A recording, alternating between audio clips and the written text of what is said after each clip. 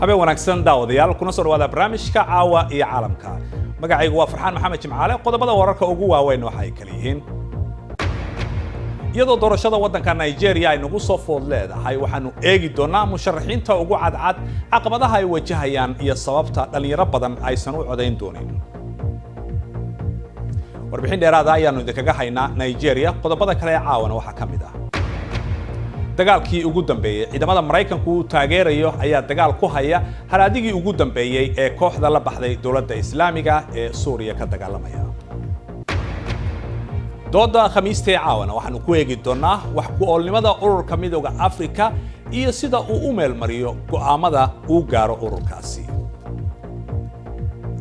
kala soco BBC News Somali Television-ka raadiyaha online-ka iyo waliba baraha bulshada halkani waa London barnaamijkuna waa caawa iyo caalamka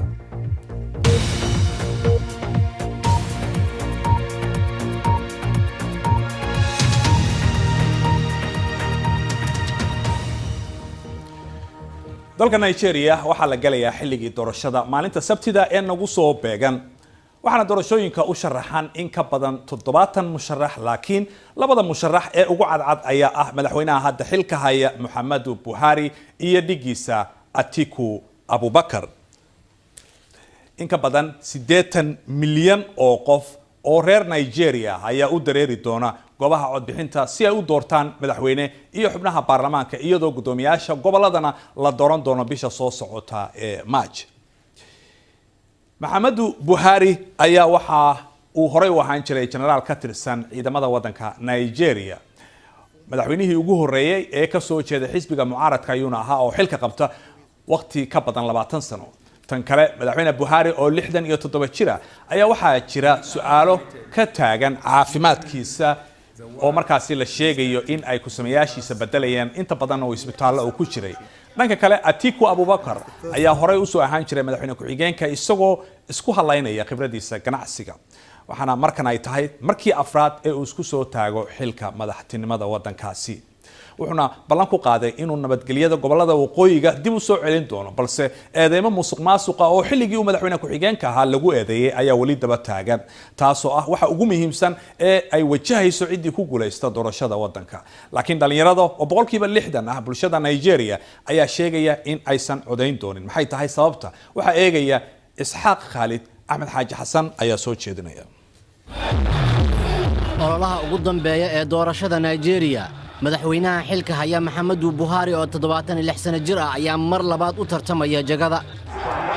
ninka loolanka adag uu kala kulmaya waa Atiku Abubakar oo 72 sano jir ah horeyna u ahaa madaxweyne ku-xigeen ku dhawaad kala bar ka mid ah dadka codeynaya waa dhalinyaro 35 sano ka yar taageerayaasha daacadda ah waxa ay ka qayb galayaan olole ka dhacaya meelo fogfog laakiin dhalinyaro badan ma codeyn doonaan 26 sano jirkan ka shaqeysa Bajaita Aliyu Baba waxa uu sheegay inuu 2015kii codeeyay balse uu niyad jabay haddana uu go'aansaday inuusan codeynin sababtoo ah waxaanu dareemaynaa amni la'aan ama safka codka waa geli karnaa burcad baa imaan karta oo xabada nagu furi karta sidoo kale Rajal Ane waa 35 sano jir ka shaqaysata meel timaha dumarka lagu hagaajiyo waxayna sheegtay inaysan codeyn doonin aysan kalsooni ku qabin hannaanka siyaasadda waxay tiri haddaad codeyso codkaaga qiimo ma leh waxa ay keenayaan qofkii ay rabaan anigu ma codeynayo waxayna intaas ku sii dartay inay haysato kaarka codeynta boqolkiiba 60 ka mid ah bulshada Nigeria oo lagu qiyaaso ilaa 200 oo milyan oo qof waxay da'doodu ka yartahay 30 sano in badan oo iyaga ka mid ahna uma diiwaan gashana inay codeeyaan halkan Nigeria dhalinyaro badan waxa ay ku nool yihiin faqri shaqo la'aan ayaa haysato waxbarashana ma heli karaan dareemayaan in siyaasiyiintu ay dayaceen taas oo sababtay inay diidmo bahsan dhalinyarada ka timaado jaamacadda Abuja oo ay tahay in mar kasta ay buuxdo balse hadda aad ay cidla u tahay in ka badan 3 bilood Falakiya iyo saaxiibteeda Fatma ma aysan xaadirin fasalada taas oo ay u sababeeyeen shaqo joojinta dalka oo dhan saameysay ee macallimiinta oo dhawaan la soo afjaray waa markeedii ugu horeysay ee codeynayso way ku jahwareersan tahay balse waxa ka go'an inay codkeeda dhiibato waan daalnay balse waa inaan samayno xuquuqdiina marka waxay ila tahay in dhalinyarada ay soo baxaan wax uunu sameeyaan isbeddelkeena waa sababtan u codaynayo inkastoo diidmada dhallinyaradu ay baahsan tahay haddana in ka badan 42 milyan oo qof oo da'doodu ay ka yar tahay 35 sano ayaa u diiwaangashan codaynta waxayna filayaan in kuwa la dooran doono ay wax ka qaban doonaan dhibaatooyinka saameeyay dhallinyarada Nigeria. mar waxay haysteen dhul baaxad leh oo ku yaala dalalka Suuriya iyo Ciraaq laakiin iminka kooxda isku magacawday dawladda Islaamiga ayaa waxa ay isugu soo ururayaan tuulo yar oo la yiraahdo Baaqus oo ku taala wadanka Suuriya waxaana ku xeeran ciidamo xulafo la ah Mareykanka waxaana ay qaadeen waxay ugu yeereen weerarkoodii kama dambaysta ahaa kaasi oo laga yaabo in kooxda ISIS ugu dambayn dhul ay xukumaanba uu jiri doonin oo lagala wareego Cabdiraxmaan Bidaan ayaa eegaya ciidamadan uu Mareykanku taageerayo ee jooga bariga dalkaasi Suuriya ayaa waxay qarka u saaran yihiin inay guul kama dambaysta ka gaadhaan kooxdaasi ISIS laga soo bilaabo toddobaadkii hore dabeeqadiisa ayaa dadka rayidka ahi ay ka barakacayeen dhulkan ay haystaan mintidiintu iyadoo imika ay dadkaasi rayidkii haddaba badankoodu ka bixin halkaasi ayaa waxaa imika la xoojinayaa guluftii bilaabantay maalintii sabtidii ee toddobaadkii hore markaynu dhulka eegno ciidamada jabhadda dimuqraadiga ayaa waxay la dagaalamayaan 500 oo mintidiin ah oo iyagu ka tirsan ISIS oo iyagu goobtii ugu dambeysay ee ay halkaasi ka haysteen jilibka aastay هناك عاملين يؤثرون بشكل مباشر على هذه waxaa jira laba wax oo saameyn weyn ku leh dagaalkani mid waxa weeye argagixisada halkan joogta waa xul ka yimi dalal kala duwan Yurub, Afghanistan, Pakistan iyo Ciraaq waa rag khibrad leh oo kooxo badan la soo hawlgalay sida Al-Qaacida waxa kaloo jirta halkani waa difaacoodii ugu dambeeyay laakiinse ciidamada cirka ee Mareykanka ayaa iyaguna dhankooda ka qayb qaadanaya dagaalka iyagoo dusha ka duqeynaya goobaha yaryar ee weli ku hadhay ISIS waxaana la sheegay in waxa ISIS ku soo hadhay ay tahay tuulo yar oo laba jid ka kooban oo la yiraahdo Baaqus markii ay ISIS kor u socotay 4 sanadood ka hor waxa ay haysteen dhul ballaaran oo ka tirsan Suuriya iyo dalkaasi Ciraaq laakiinse imika waxaad moodaa inay soo koobeen iyadoo oo xulafooyinka Ruushka iyo Mareykanku ay kala horgaaminayaan ay aad ula dagaalameen kooxahaasi isla markaasina ay ku qaadeen olole aan kala go' lahayn waxaana isugu soo ururtay imika khaliifadii ay kooxdaasi ku dhawaaqday Baaqus hogaamiyaha kooxda ISIS Abu Bakr al-Baghdadi ayaa isagu waxa uu ku dhawaaqay in khaliifad islaamiga la sameeyay 2014 waxaana la sheegay inuu joogay dhowr bilood ka hor tuuladan Baaqus agteeda iyadoo la sheegay inuu dabeetana u kacay dhankaasi iyo saxaraha dadka rayidka ah ee iyagu haddaba ka soo barakacay Baaqus ayaa waxa iyaga u tahay farxad waayo imika waxa ay joogaan meel nabada laakiinse tani ma aha talaabadii ugu dambeysay ee kooxdaasi ISIS lagaga takhalusayay weli khatar ayay ku hayaan ammaanka iyaga oo wadamo badan ku leh unugyo ka hawlgali kara oo weerar qaadi karaya bal markan aynu eegno qodobada kale ee ku jira wararka caawa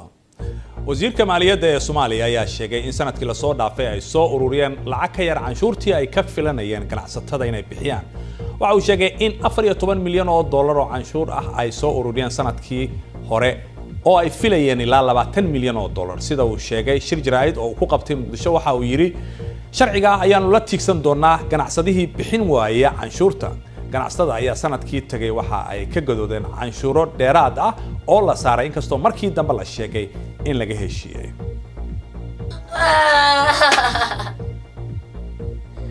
saraakiisha India ayaa sheegaya in ugu yaraan 74 qof ay ku dhinteen tobanaan kalena ay isbitaalka u yaaleen markii ay cabeen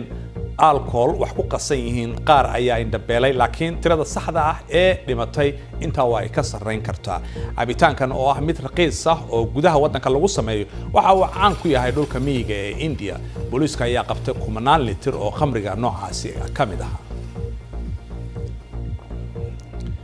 shirkadda Europe ee diyaaradaha sameysay Airbus ayaa waxa ay sheegtay inay joojin doonto sameynta diyaaradda ugu weyn caalamka ee la yiraahdo A380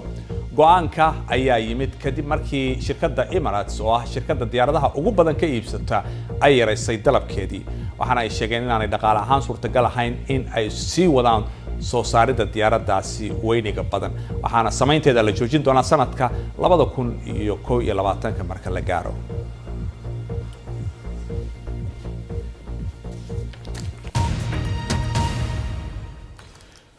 waxaanu maqalnaa magaalooyin qashin buuxiyey oo nadaafad darro la deris ah. haddaba waddanka Sierra Leone bishiiba hal mar ayaa la sameeyaa olole nadaafadeed.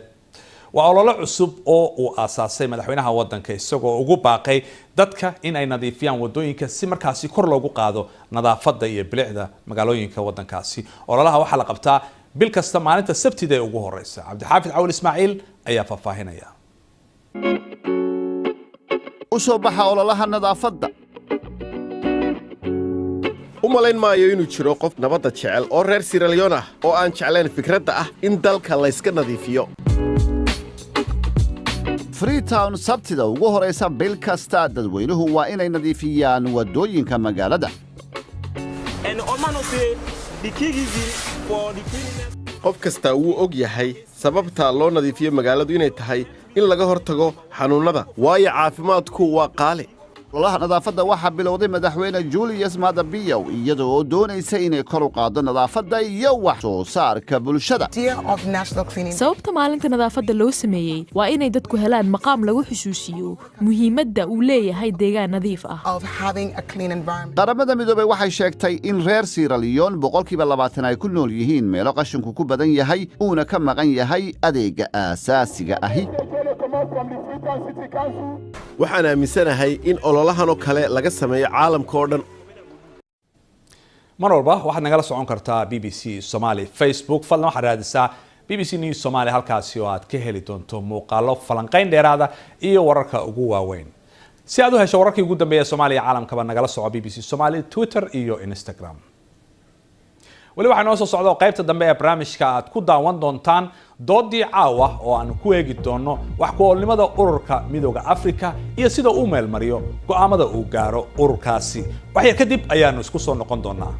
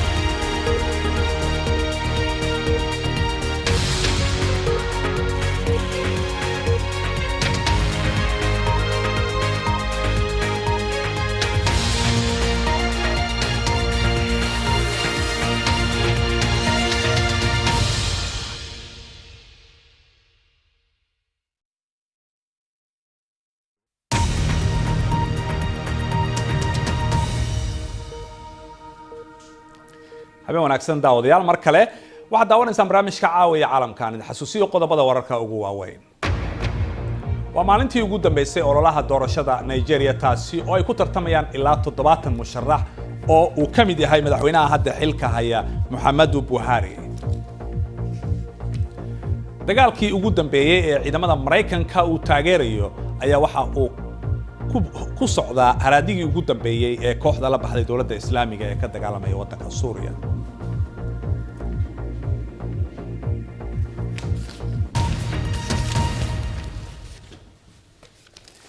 waxaanu ku bilaabaynaa kulanka 32 ee madaxda midowga Afrika ayaa la soo gabagabeeyay isniintii. shirkaasi oo socday 2 maalmood waxaa looga hadlay xaaladaha qaaradda iyo sida wax looga qaban karo. madaxda Afrika ayaa sanad kasta dejiya siyaasado cusub waxay eegaan sida loo meel mariyo go'aamada iyo shuruucda horey loogu heshiiyay ee qaaradda.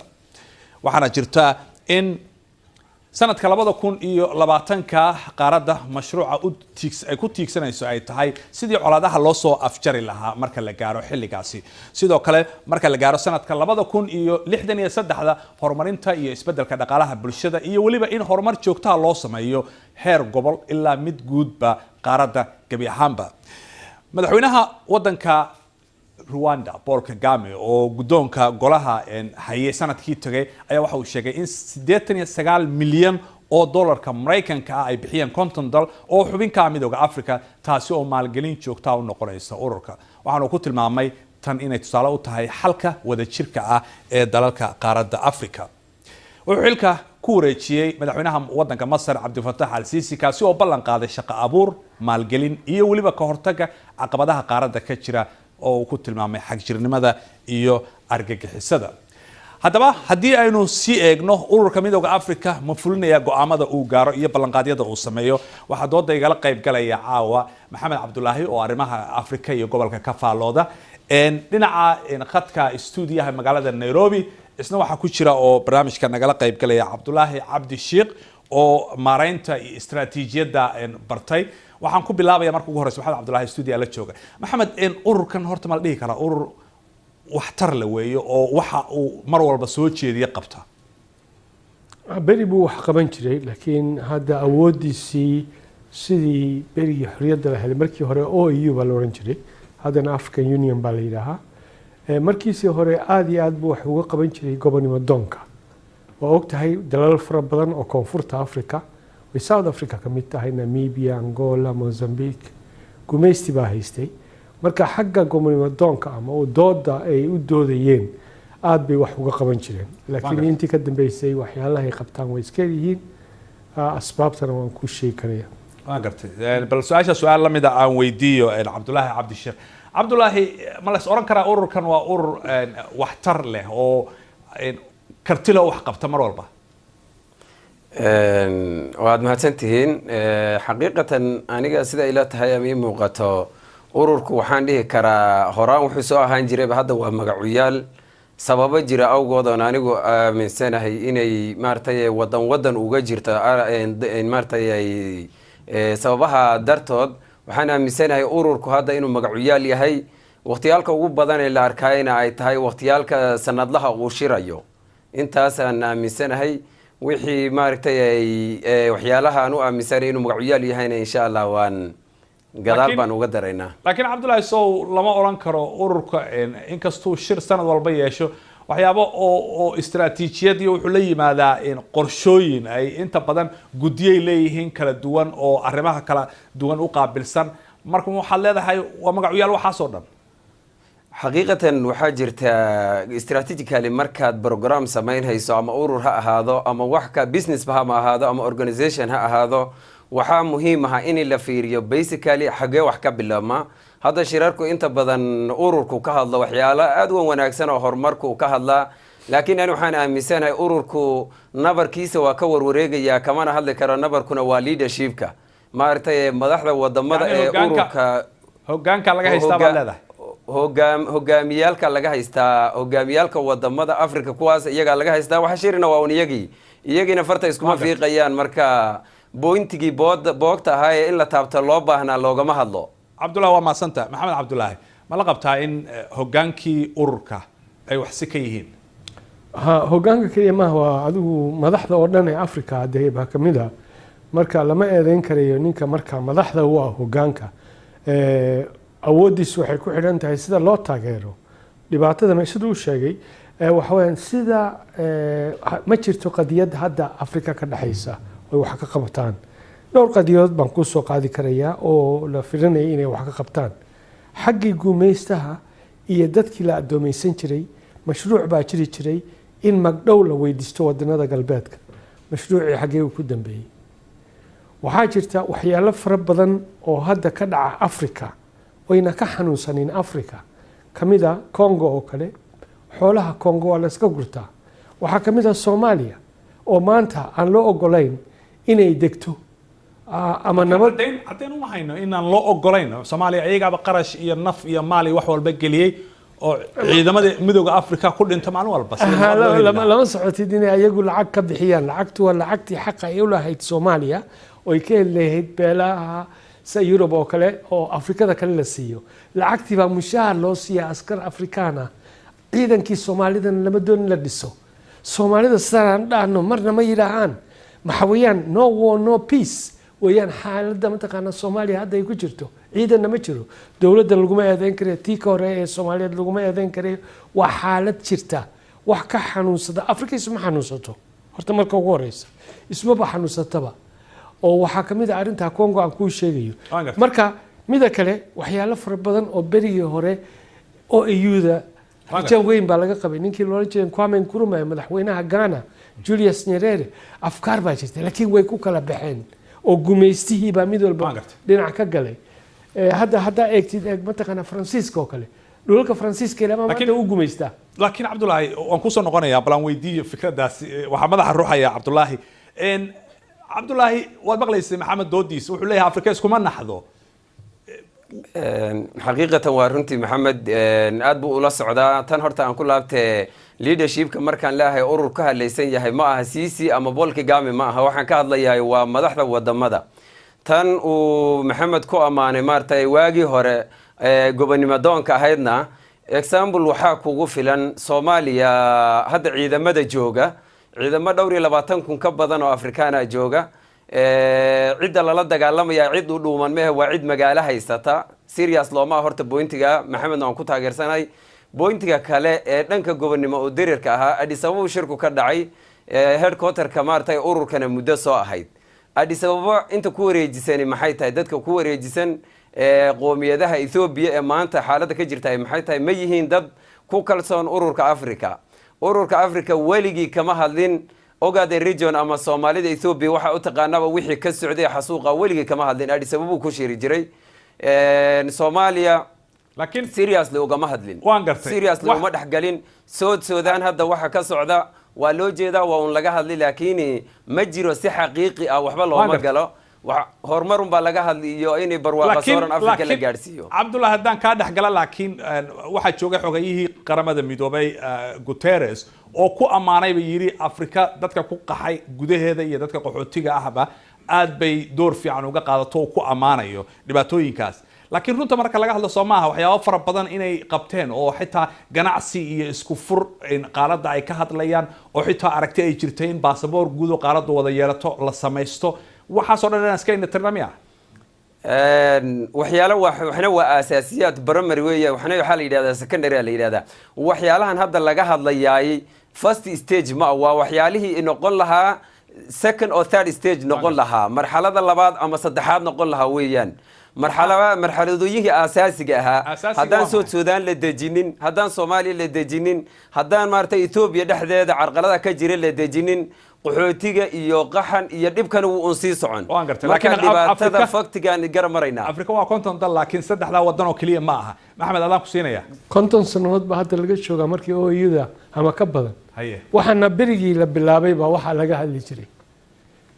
ilama hadda wasaan ku sheegay waxa jira Afrika inay gumays Talyaaniga ba sheegay Talyaaniga ayaan dooyay ay isku xumaadeen ma garanaysa Faransiiska waxay yiraahdeen Faransiisku wuxuu ku nool yahay dhaca ay dhacaan Afrika Yurubkii ba hadda hadlaya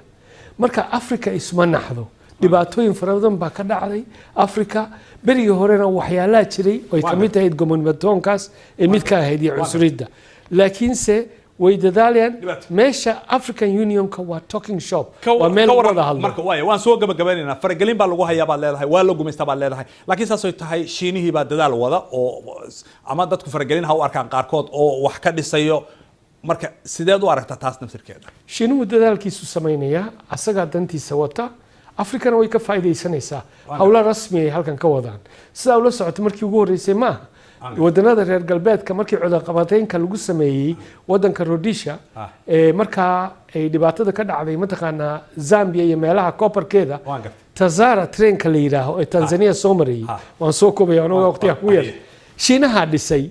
reer galbeedkuna way diideen waxaan soo koobay marka muxuu yahay xalka marka Cabdullaahi aan siinaya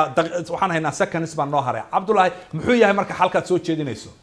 halka aan soo jeedinayay waxa weeyaan ururka Afrika inuu ku mashquulo wadamada Afrika inay dib loo dejiyo oo iyaga nabad laga dhaliyo siyaasiyan bal la ogolaado in Afrika ka dhici karto doorashooyin xor iyo xalaal ah way ugu horeysaa hadda Nigeria oo kaliya ugu horeyso oo shacabka maartay ay la tixgeliyo rabitaankooda aad baad mahadsantahay